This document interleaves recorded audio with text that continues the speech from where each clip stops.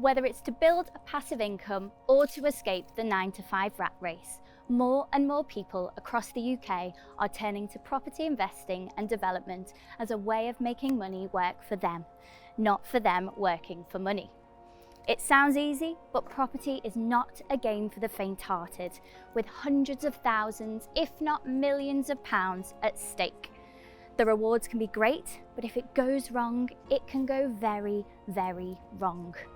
You often need financial experience and knowledge to take that deal over the line. And that's where we come in.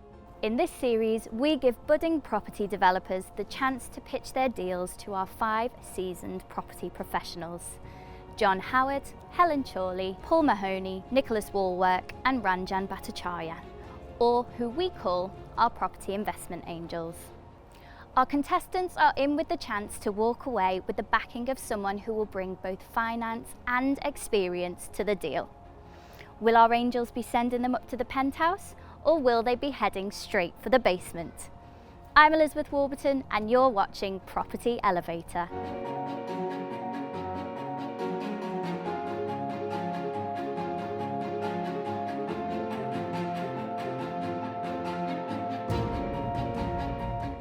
Welcome to the second episode of Property Elevator. We had some fantastic deals come through yesterday and a lot of happy faces. Let's see what happens in today's episode. If it goes wrong, the market drops a little bit or whatever, you and I are going to be underwater. You're not going to have anywhere to live because I'm going to take that off you. I operate by a simple postcode theory where if it has a 2 letters and a 1, then that's the centre of town, wherever it is. I've got stuff that I was told was going to be done in kind of 12, 18 months, 4 years on.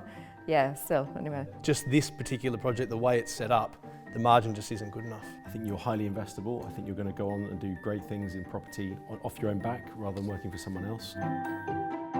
Hi Masud, welcome to Property Elevator. Hi Lizzie. How are you doing? I'm doing great, thanks. Can you tell us a little bit about the deal and what you're after today from our angels? It's a 3-bedroom semi-detached house over in West London. I'm looking to just add another bedroom and another bathroom, fully renovate the property as it's in a sort of distressed condition at the moment. Okay. Hopefully looking to flip it or sell it on for profit following the completion of the project. How much investment are you looking for today?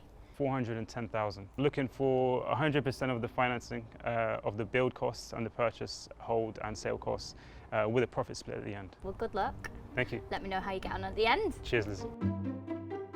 Masud is coming in now. He would like us to invest in a semi-detached derelict property. Shall we find out what the story is? Welcome. Thank you very much for coming today. Could you please say a bit about yourself, your experience, and what the deal is you wish us to fund today? My name is Masud. I'm a physiotherapist, and today I'm here to seek 100% financing for a project. It's a 3-bedroom semi-detached property over in West London. Gross development value is around about 510,000, with a profit margin estimating around 100. Gross profit around 100,000. Outside of my job, I run Facebook advertising campaigns for clients. It's a business that I started outside of my job. So it's like generating leads for small to medium-sized businesses. I've just completed my first refurbishment project. It was a 2-bedroom mid-terrace house in Liverpool. It was on the market last year in October 2019 on the open market. It really struck my eye because it was within my budget. It was in a good area in Liverpool. I'd done my research, I'd been there, and I felt it was a good opportunity for me to take advantage of. So around about January time, I followed up and the tenants had vacated the property and I was able to go up and get a viewing, offered and got rejected. My second offer got accepted. Around about 3 months into the conveyancing process, I kind of realized that I wasn't getting a good deal. I was basically paying market value for this house. So I realized that I needed to go back and renegotiate or I needed to pull out. I went back to the agent and I said to them that I want to pull out the deal. And this was literally just a few days before the end of the date of completion.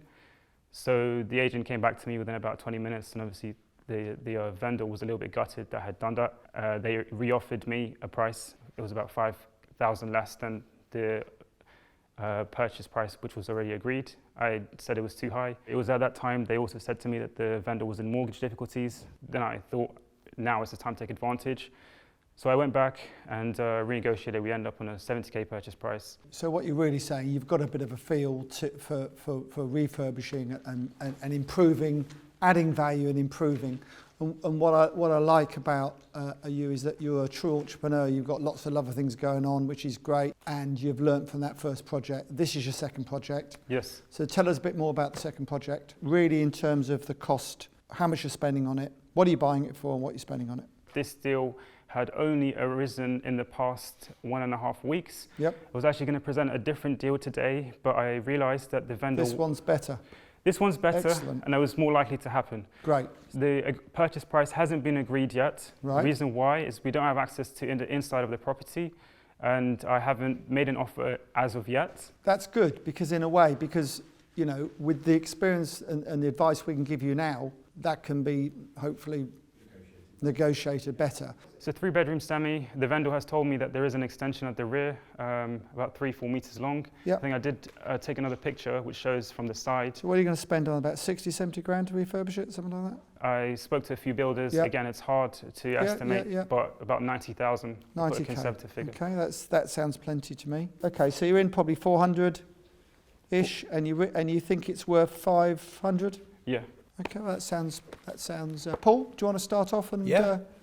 I suppose just stress test some of those numbers. Like, how confident are you in that sort of purchase price? Is that based on your discussions to date, or? Yeah, so I have spoken with the vendor around the price. No offer has been made just of yet because, as I mentioned, for the reasons, for no access and just a little bit. Did you mention why there is no access? After speaking with the vendor, he has told me that there were intruders or people who had gone into the property and changed the locks. Right. So he doesn't have access to... Are they still in there or are they gone? From what I understand, they have gone at the moment, and he's recently, in the past few days, consulted with the police to get access to it. You mentioned about you're looking for 100% finance. I assume that would be either cash or a mixture of cash and finance to fund the deal. Yes. I suppose a question on that would be, you've done a deal before. Why is there none of your own cash going in? Because the property that I have just refurbished is on the market this week. I've just put it on. The carpets will fit on Monday. Hopefully going to try and sell that within the next few weeks. To be fair, Paul, that's why he's here, isn't it? Yeah, of course. Yeah, I suppose from my perspective, personally, I'd always want a business partner to have some skin in the game, because otherwise it's too easy to walk away if something goes wrong.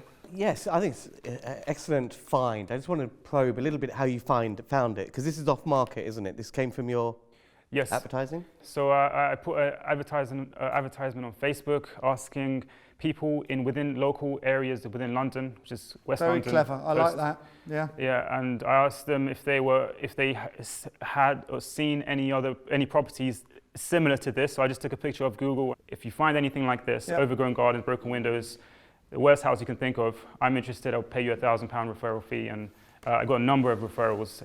Fantastic. Have you've actually spoken to the seller? You get their motivation. So I have met with them twice so far.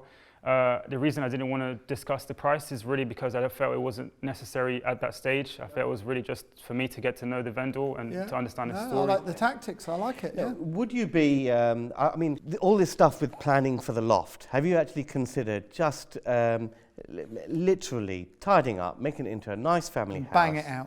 Bang it out really quickly, and exiting and moving on. Yes, I have. However, because we don't have access, I don't know what the interior looks like, and I don't know the layout. If I was able to have a look and I can see, okay, we can maybe change out a little bit of maybe take a wall down or something. It would just be a 3-bedroom semi. Do it as quick as possible and sell it as quick as possible. For me, this is a turning project. Yeah. You turn it and move on. Yep. Because the opportunity here is the fact that you've sourced it off market, you've sourced a distressed property. That's where your uplift is coming from, and then it's just turning it round and banging it out as quickly as possible. Clear it out, tidy it all up, make it livable, but not spend 5,000 on it, not 40 or 50 or 60, and whack it in an auction. It's exactly what I was thinking as well, but I didn't want to. That came from the seminar as well, I expect. Yeah. I love the area. I've literally just funded a deal very similar to this in that area, so it's a great choice, and I love the way your mind thinks kind of outside of the box. there's kind of maybe two things for me that I'm a little hesitant on. So skin in the game is one of them with Paul. The reason why I funded this previous deal there was because the chap that I work with, it's, you know, he's got his thing, he's got his patch, and and I know, and I've seen, you know, kind of the experience in it. I like your enthusiasm. I like, you know, you're very real. Maybe a little too inexperienced for me, but could be a great, as John and the guys say, could be a really great project for you.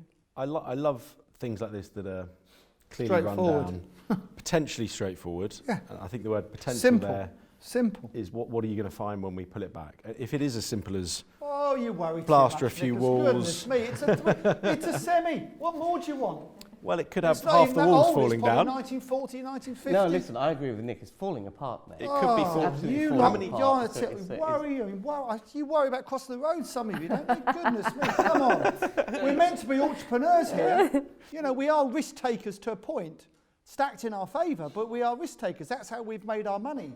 I love taking risk, and I love the way you found the property. You know, it's very creative. You've gone out there, you've got something off market. I think that's a huge selling point here, because you've got time to, you know, cut the deal you want. It's a tricky one. Are you going to make an offer or not, Nicholas? Do you really reckon? I like the challenge, but It's I'm not hardly sure. a challenge. It's a 3-bedroom semi. Well, you're right. Compared to some of the sophisticated deals you do, this is like almost, is it too simple for you or something? Can't you see it, the wood from the trees? I know it, by the way, it's all full of trees. I can understand why you can't see I've always wanted a new shopping trolley. Literally. You know, I've always wanted a new shopping trolley.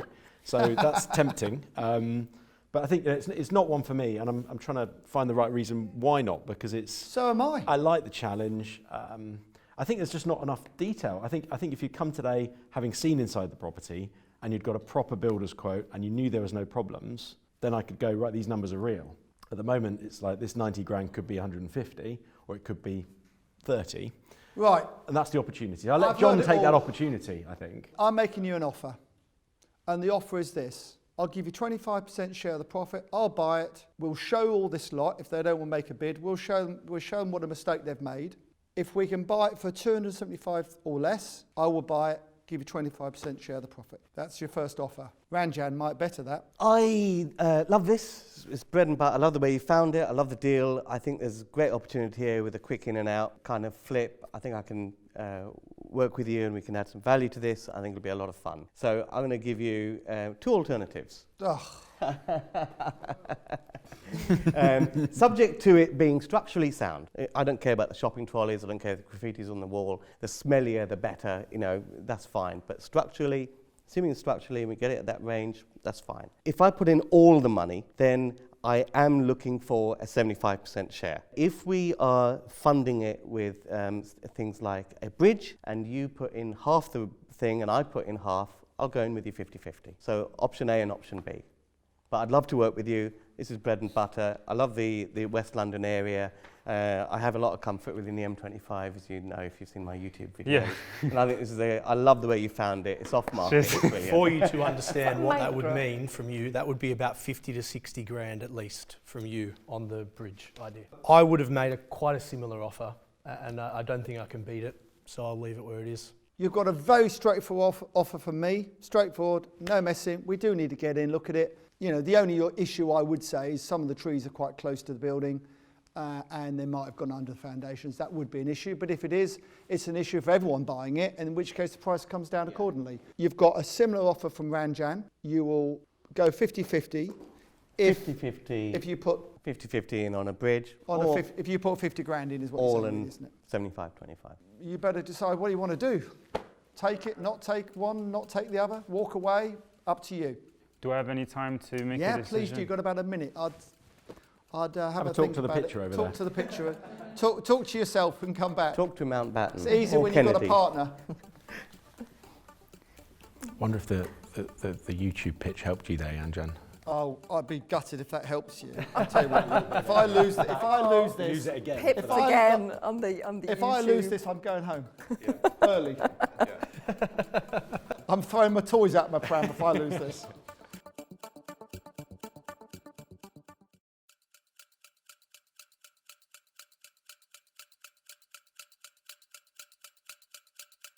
Big moment. Drum roll. So Ranjan, I just want to say thank you for your offer, but I'm going to have to go with John just for the basis that I wouldn't be able to put up the 50 grand to cover the costs. So John, I'd like to accept your offer if that's okay. Thank you very much. Excellent, excellent. Did we get a deal? Yes, we did. Fantastic. Tell us what happened. I managed to get 2 offers, one from Ranjan and one from John. I actually Brilliant. came today to find one joint venture partner, and it was nice to see that there was more interest. So how did it end up? So we managed to get exactly what I wanted, a little bit less on the profit split, Okay. but nevertheless, we're still going to go through with the deal, which is what I came here today to do. So Excellent. And you get the experience of John as well. exactly. Brilliant. Well, good luck with the whole process. Thank you, Lizzie.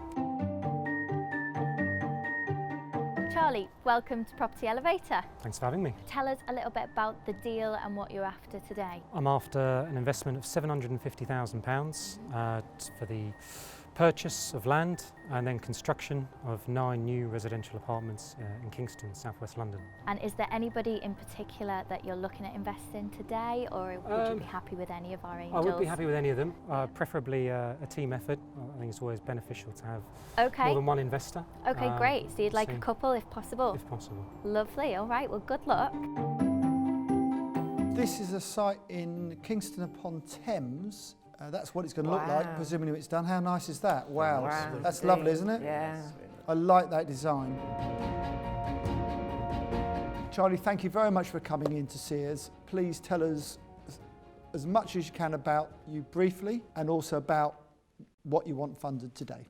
Okay, well the project is called The Firs. It's in Hampton Wick in Richmond upon Thames Borough. Well, what I'm asking for is £750,000 investment for a 50-50 equity split in the project. It's the new build of 9 apartment units. The land itself is clear, it's vacant, stripped, it has planning permission, and it's very much ready to build on. The GDV, as estimated by Savills, was £5.2 million. I've taken a more conservative view on it based on the local research and local knowledge, and I've put it into my figures at 4.9 million. I'm estimating that over 18 months of design and build will split a profit of just over £600,000. In my calculations, I've allowed for the sill costs, there's stamp duty, an HA fee, Section 106 agreement. I've included for disposal costs of the units in stamp and legal fees, and it will leave us, as I said, to split 600,000. The location of the flats is, I can't stress enough, it's second to none. We're on the border of Bushy Park, which for those who don't know is the second largest park in London. We're a 30-second walk from the River Thames. There are local rowing clubs, yachting. It's 500 metres from a local train station, which is Hampton Wick. I grew up in the area. It's local to me. I went to school about 5 to 10 minutes walk away from the site. I used to cycle past it every day on my way to college. My best friend's dad had a construction company, and we used to do small residential conversions, extensions. I then went to college. I did a BTEC in construction. I got a degree in construction. I worked in the States for a year in Arizona. I was building a $5 billion semiconductor plant for Intel. I came back to the UK and I've been working for some of the largest developers and most prestigious developers in the country. I recently finished a 49-unit development in St John's Wood. About 3-4 years ago, I finished a development just down the road from this one, on the other side of the river. It was 350 units for the Berkeley Group. I own a property in Twickenham as well, which I'm happy to give a second charge on for yourselves as a bit of security. I welcome any questions on the project, myself, anything else you care to ask. Thank you, Charlie. Your backstory is excellent, and clearly you know exactly what you're talking about, which is refreshing. So thank you very much for coming today. To have someone of your quality and your experience and your qualifications is great. It's great for the show, and it's great for us as investors as well. Have you got an offer on the debt finance at the moment from a bank? Not from a bank, from a broker. He's agreed that we'd need 750k equity and they would put in the rest. And is that 3 million, is that including the purchase price? It's a land and then development loans? Yes. 2 phase? Yeah, okay. Are there any PGs on that? Personal guarantees? They haven't said anything about it. I think there will be. There will be. Worth double checking. I expect there will be, but that's not necessarily a problem. So don't worry. Standard. Have you got an application in principle on you as a? No. Okay, No. that would definitely be something to do, depending on how much you've done in your own name before. Mhm. You know, you've done a lot for other people, but getting this level of finance as, you know, first, second, third deal would be. But Nicholas, that's fairly why he's challenging. I understand that. Okay. So you would want us, just clarify if that's why he's here. You want the money, but do you want us as a shareholder in an SPV so that we go on the Yes. finance Yeah, with you? 50-50, you said. Yeah, okay. And just on the second charge you've offered, Yep. what's the value of that property and what equity is in it? So my current equity is £50,000 in the property. After the renovations are finished, which should be in 3 to 4 months, that will rise to between 200 and 220,000. Okay, all right, thank you. How many units is it? It's 9 units, so it's 6 one-beds and 3 two-beds. And they're quite sizable units. The penthouse itself is a 2-bed, but it's 100 metres squared. What's about the average values for the one beds and the two beds? It must have been about £760 a square foot. Each one is circa 750 square foot. It must be between 5 and 700,000. Yeah, they're big one-bedders, aren't they? You used a planning consultant on this, or? No, it wasn't me that got planning. It's already got planning before Yes. you've got involved. Okay. And have you agreed the deal in principle? No, not with the owners of the land. Because I No, didn't but have it's the finance. available, and we can jump all over it Monday if we want. Yes. Great. Okay. And it's on for the 1.85, is it? Or that's Yes. what you think you get it for? It's on for 1.85. I spoke to the agent. They had a couple of lowball offers. And those were refused, I guess? Yes. What were the offers, do you know? They didn't divulge. Oh, okay. They just said they were too low. One way or the other, you can normally find out, because that's really important. Knowledge is power, and to know what someone else has bid and it's been refused, you know, gives you an indication. It might be, you might have been able to come in here and said, look, I think I can get it for 1.75 because I think they turned down 1.725 or whatever it might be. It seems that the sizes that you've described for each unit are over the London plan minimum.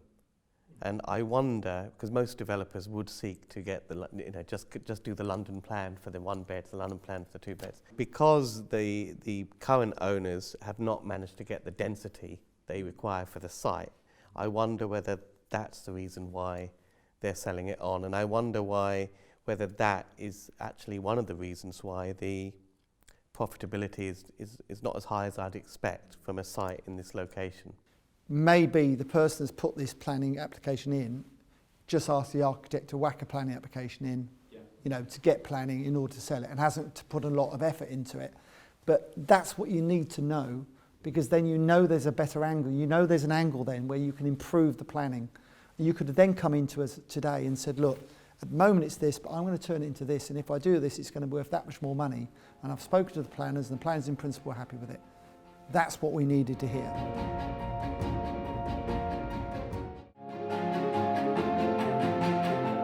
There could be a huge opportunity here by the landowner just saying to the architect, Well, I whack think in a reasonable plan, that's what we need to know. and the architect hasn't got any decent brief from a Exactly. trained developer. Yeah. They've just used their ego and Yeah, use made their it look usual. nice. One, I love the idea there's a park nearby, because people realise there needs to be an open space, another lockdown and COVID in the future, who knows.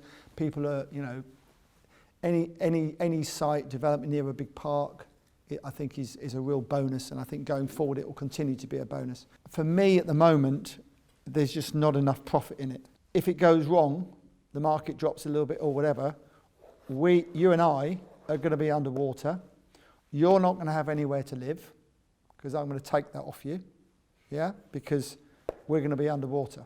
And if I don't take it off you, the bank will. I would have been very interested in this deal, very interested, if you'd come in and said, there's an uplift here, uplift there, I've spoken to them, and by the way, you know, it's $1 million profit, not 600. Then, if something goes wrong, I like to think I can still make 500 grand out of it. To put the figures that I'm looking at on that, the 600 grand profit on your GDV of 4.9 is 12% return on GDV, 14% return on cost. It's very tight. I don't think it's beyond the realms of expectation that we see a 10% or more dip in prices, particularly on a time frame of 18 months. And it's 18 months, you think that's to build, or you imagine that they would be sold in that time as well? To sell as well. Oh, to sell as well, okay. I would always leave a year to sell them. Year to build, year to sell is how I would look at that. And I think, Helen, you mentioned it earlier with someone else, that the same thing. Yeah, exactly. I've got stuff that I was told was going to be done in kind of 12, 18 months, 4 years on. Yeah, still, anyway, let's not go there. So I think you need to consider the exit on these as well, especially with the current planning. You know, I've got quite a lot of experience in the sale of properties off plan, and these wouldn't sell off plan because they're not really investment stock. They're owner-occupier stock. do you know what, Paul? Some people do like to own and live in a property. No, they don't always that's what want I'm to saying. bloody No, buy that's- the if you let me finish buy-to-let my point, John, obsession I'll with buy-to-let. I think these are owner-occupier stock. Totally, yes. The yields on them won't be great. No tenants in there, great. And owner-occupiers don't really buy off plan. I Yeah. would agree that Yeah. you want to account for Yeah. 6 to 12 months to sell them once they're Yeah. done.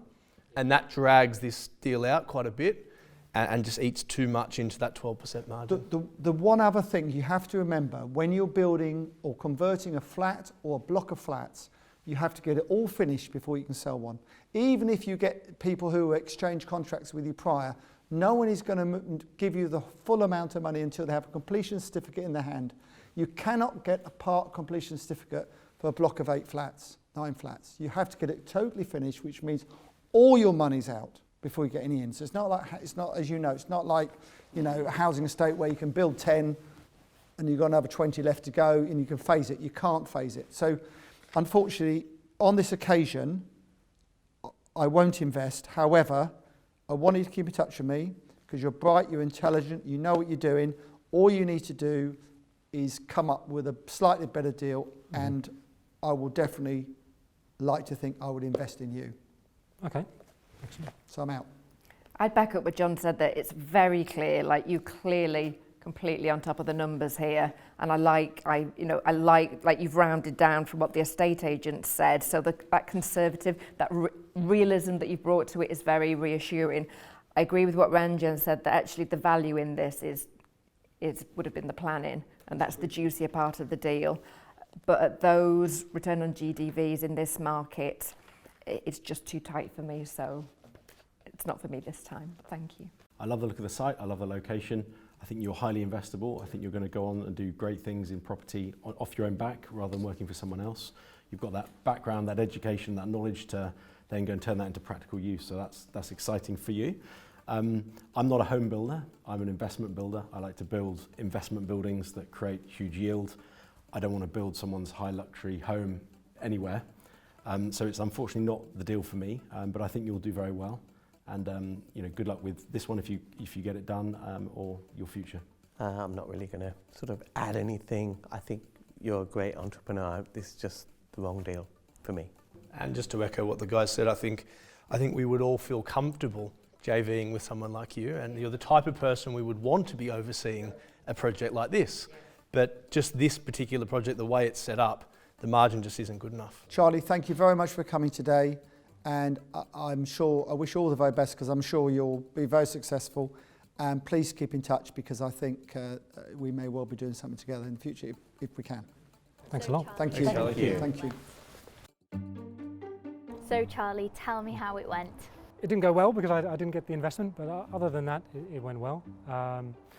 They liked the opportunity, but it just didn't have the margin in it. Right, okay, so just a little bit too small a profit. Yes. Right, okay, so what's your next steps then with the deal? The next step is to go back to the vendor and see if I can get a better price on the land. Okay. And hopefully make it stack up a little bit better for them. Okay, and what then you'll be back in touch Hopefully. with them? They've said to Yes. keep in touch? Just say keep in touch, and I plan to do so.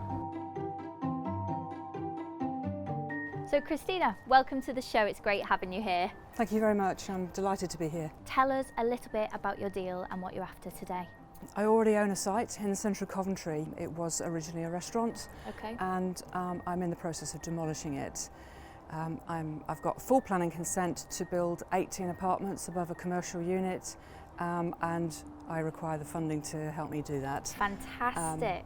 It is the biggest project I've done to date, Mhm. so that's the reason that I think I'm going to get the best value out of using one of the angels to Excellent. help me do that. Because Yeah, with their experience Absolutely. and track record. Yeah. Yeah. Well, good luck. Thank you. I've got my fingers crossed for you. Thank I'll you. have a little chat to you when you get out. Christina would like us to invest in Coventry, which I was there recently speaking at Coventry University, and actually I was very impressed with the city. It's come a long way, and the university is right in the centre, and this is close by, I think, and it's a demolition, and rebuild. I feel like I'm doing a job for her. Shall we get her in? Hi Christina, thank you very much for coming in today. Have you come all the way from Coventry or? I have today, yes I have, because I've been on site today. Do tell us a bit about yourself and about the development you'd like us to try and fund for you. Myself, I am a property developer. I've been a property developer for the last 2 years full time. I'll probably describe myself as a creative and very resilient individual. I've seen some ups and downs in my time with property. And I do have a blend of strategic, operational and technical skills. I have a technologies background, and that was what I did as a career. So today I'm here to offer you the opportunity to work with me on a project that, as you have seen from the pictures, has already started. I went through the process with my wife. We bought the site from a gentleman who wanted to retire. And having bought the site, then took it through the planning consent process, got full planning for 18 apartments above a commercial unit.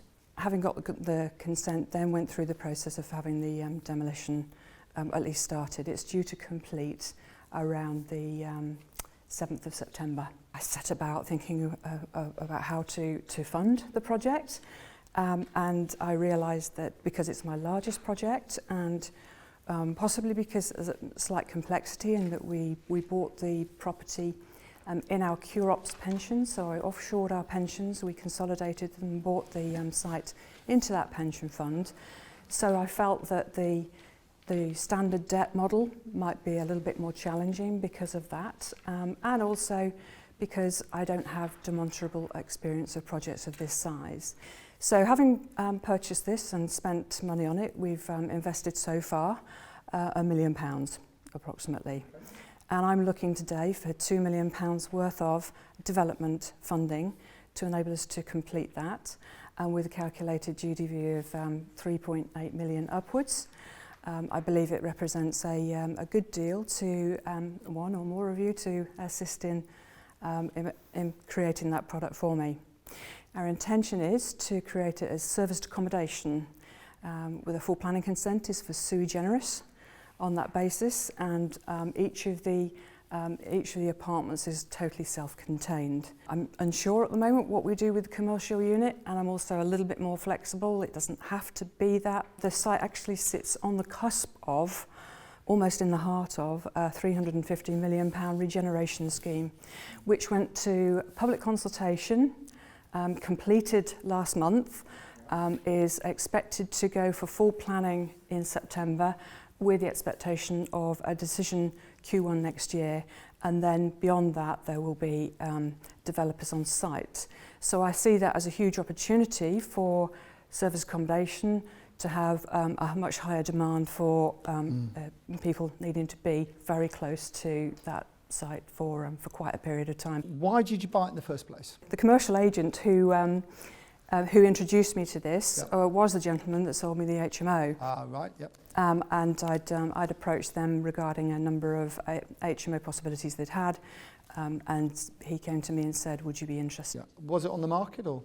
It wasn't on the market at the time. The owner was a personal friend of his. Okay, excellent. That's the first question. Have they said if there are any grants available potentially for your development if it happens? It's a very good question. Actually, not for my development, but they've already announced a £100 million grant for the larger development. I have to say I've not approached them for a grant for the development. I didn't know that. I would definitely look into. So the 3.8 million GDV, that's based upon a commercial valuation for the service accommodation rent, is that right? It is, and it's based on an assumed occupancy of 70% and a yield of 6.5%. So I was trying to sort of keep that more realistic. Do you know what the bricks and mortar valuation would be as opposed to the commercial valuation? I calculated £175,000 per unit and circa £500,000 for the commercial unit. The GDV is 3.8, okay. 3.8. Yeah. But that's assuming 6.5% yield on the commercial. That's right. And a rent of 38 grand or something. I mean, I've done my research on the commercial yields, and what I wanted to do was just to make it work at what I thought was a more conservative level. I think that's probably, I mean, I obviously don't quite know where it is in Coventry, but I think that's probably a bit strong, unless you manage to get a national covenant, a good national covenant. I think any yield is probably like to be 8% to a more local covenant in there. But you might get lucky, you might get a Tesco's, 24-hour Tesco's or whatever, in which case it would be lower than that. So it's difficult to pitch, I do appreciate that. How close is it to the university, please? 5-minute walk. 5-minute walk, okay. To Coventry University. Just on the GDV at 6.5%, that's on all of the serviced accommodation as well, is it? That is, yes. Yeah, I think that is quite strong then for another operator coming in. Have you any experience of serviced accommodation? Why did you go that route with the planning and not just C3 apartments? So I mentioned that that we purchased the property in the pension. You can only do commercial development through the pension. Yeah, the idea is to develop it and to hold it and to operate. And clearly, one of the reasons that I'm here today is that I would like to be able to work with somebody who has got serviced accommodation experience to help me with that. Interesting. I've run a number of serviced accommodation blocks. I thought he was going to soon mention that, yeah. I think what you need to do is to go and find an operator to sign a pre-lease before you do anything more. Because if you've got an operator that's going to guarantee your income, it'll guarantee your valuation, it'll guarantee your finance, it'll make the whole process a lot easier. If you go and build this with no operator, you're going to be really stuck if you can't find an operator. And why can't you operate it yourself? I hadn't intended actually taking a full-time job of operating. So you might be looking for an operator as well, potentially. Yeah. Okay, that's good to know. We want to know why you're here. Very interesting. What you need. I like the service accommodation model. We were talking about it before. I've set up a service accommodation business, and I do like it. Just out of interest, with the CUROPS pension, so you bought it in your crops, you offshored the pension and then bought it in that structure, is that right? That's right. So I looked into it, and basically we consolidated, Liz and myself, we consolidated our pensions into this qualified recognised offshore pension scheme. It's based in Malta, and fancy that. My part of the world. In some respects, it was a very good model for developers, because you have the governance of your pension trustees who've got your interests to look after, so I had to pitch the project to them, present the business plan, before they would agree to fund the project, and then it was fairly straightforward beyond that. Did you assess that against the SAS model? The SAS model? So far as establishing a small self-administered scheme and lending the money out? Going offshore had a number of other distinct advantages, because you have lifetime limits in the UK, so when you take it offshore, those lifetime limits are there eliminated. The other main one is that if either of us passed away, the balance of the CUROPS goes to one or the other without any tax implications, inheritance tax. And they take a first charge over the property, I assume? No, they don't take first charge, they own the property, so they are the shareholders. It's the SAS model that you need to take a charge. Which means that for funding, whoever is putting up the development funds, they can take a first charge on it. I may not be your obvious partner when you look round the room. However, I have just delivered £27 million worth of development in Ipswich, on time and on budget. I have a partner who's very bright, much brighter than me, and I think he would be, and I would be, together we would be very interested in this. Maybe not exactly how you see it now, maybe slightly differently, but if it would be slightly differently, it would be to your advantage. Okay. So I'm open to that. I would be very interested in doing something with you, but I'm just going to think about it for a minute while one or two others say what they think, if I may. If you can get a first charge on the building, have you explored any other standard development finance? I had conversations with some of the funders that I've used already, including some that aren't, if you like, the mainstream banks and so on. I've got quite a lot of commercial experience. I've executed a couple of option agreements and in the past few years, and there's a few that have failed and not worked at all. So I can work my way around any kind of structure of deal. I'm comfortable in that space, and I'd be very happy to work with somebody who's got more experience and can help, I suppose, present some of the possibilities that just aren't in my head because I don't have that. And I can see that. And there's something that I'm just mulling over, which I think might be more beneficial to us both. I think you need to find a way of financing this, buying out the pension, so you've got full flexibility to rejig the units out of sui generis. I think that would add a huge planning gain, personally. So I could switch. I don't have to take it out of the pension to switch it from sui generis. That's not the issue. It just means that I can't keep them and let them out. I would have to sell them. That's still a commercial activity. I don't know what that does to the VAT though, does that? I'll just kind of state where I am. I was looking at kind of the 20% return on capital over the 2 years, and that wasn't particularly where I'd be looking, but I didn't realise it was first charge basis, which does make a big difference in terms of the return I expect for the security. They're very much interlinked for me. However, I'm not a serviced accommodation expert.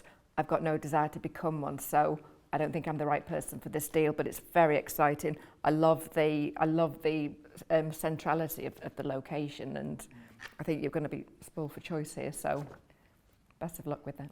Ranjan, have you got something to say? You're being very quiet, especially for you. Very suspicious, Christina. When Ranjan's quiet, he's thinking very seriously. Could be good, could be bad, we don't know. I love the centrality of the location. I mean, my geography outside the N25 is very poor, but I operate by a simple postcode theory where if it has a 2 letters and a 1, then that's the centre of town, wherever it is. What is the exit for the investor, or are you looking for the investor to basically stay in? Well, I think that depends, because I am open to an alternative deal structure and variation on what we execute based on somebody else's experience. There's an obvious exit if it's a build and sale. Can I just drill down to your build costs? You've got sort of, one line, 1.5 million, plus the prelims at 500,000. Is that as much detail as you've got into? I'm hoping there's some serious. I've got a full research team on behind it. that. I've got a quantity surveyor. I'm just giving you the potted highlights. So, I've got a very long set of detail, and the calculations in the summary give me the price per square foot. That's what I've used there, to provide you with that information. Was it an archaeological dig that's required? The only possibility is if we have to do anything, if there's a likelihood or possibility that there's any UXB or anything on it. We had a desktop survey. There's a possibility we may have to, once we get the down to the bottom slab, to actually do a couple of drill holes to see. Okay, well I'm ready to make you an offer subject to a couple of things, because of course on a deal of this size, the devil is in the detail, Christina. You must I hope you appreciate that. And whatever I say is subject to further due diligence on the deal itself, because I need to look at it, analyse it and so on. But in principle, I would like to offer you the money you're looking for, and I would like to take 60% of the deal, not the 50%, 50-50 that you're looking at. You've put your money in. You don't need to put any more money in at all. We will put the rest in. We will develop it to the best of our ability, be it flats, be it service accommodation, whatever we agree together, what we think is the best outcome. That's my offer. Thank you. I don't like the idea of finding an archaeological dig site and whatnot, although that could be mitigated with a bit of time. That's a chicken noise, by the way, I'm making. I think John would be an excellent partner for you, and I think that's an extremely generous offer, which I couldn't beat. So unfortunately on that basis, I won't be investing, but good luck. It's an incredibly exciting site. As I say, I like the service accommodation model. I like how central it is. John will probably make the buck noise again for me, but I like central locations close to big cities, and I think this ticks that box. It's not necessarily a massive city, but given its centrality and what's going on, I think that works. Again, I think it's a very good offer by John though, and I also think that John could probably add more value to the deal for you than I could. I like the end use. I think he can probably add more value to you to get it there. So I'll count myself out. But when it's done, let me know, because we might operate it for you. It's very well thought out. It's very exciting, but it's not really my bag. But I think John has made you a great offer. Thank you. I would like to accept that offer. Thank you very much. Okay, so looking at the smile, it looks like we got a deal. We did. Fantastic. John made an offer, and it was an offer I couldn't refuse. It's with a pedigree like his, I'm really looking forward to working with him. Oh, that's brilliant. I'm so happy for you. So what are the next steps? Well, he says we'll start on Monday. Oh, so, well, nothing like the present, hey? I wait to see. Of course, we've got to finish the demolition, which is just a matter of a few weeks away now. Okay. We're going to have to sit down and look at those, look at the plans. He seems to think he's got some ideas where we could get more value out of it. So I'm really excited to find out what that is. Brilliant. With his experience, that's what I was hoping for out of that sort of relationship. Great. So a great result. Brilliant result. Thank so you. happy for you. Yeah. Congratulations. Thank you so much, and thank you for staying behind and hearing me today. It's been a pleasure. Wow, another great day of deals and a lot of very happy angels and property developers.